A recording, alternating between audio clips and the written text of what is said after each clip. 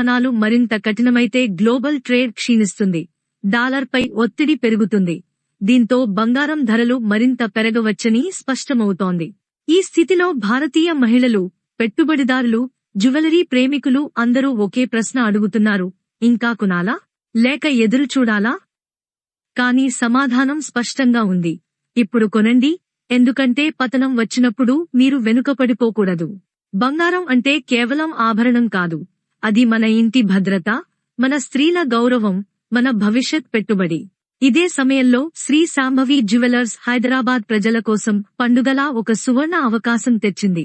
దసరా, దీపావళి, ధనత్రయోదశి పవిత్రమైన శ్రావణ మాసం సందర్భంగా లక్ష్మీదేవి అనుగ్రహం కోసం మహిళలు ప్రత్యేక వ్రతాలు, నోమును ఆచరించే ఈ శుభ సమయంలో పసిడి ప్రేమికులకు ఊహించని శుభవార్త అందింది. సందర్భంగా బంగారం, వజ్ర ఆభరణాలపై మేకింగ్ ఛార్జీలు లేవు.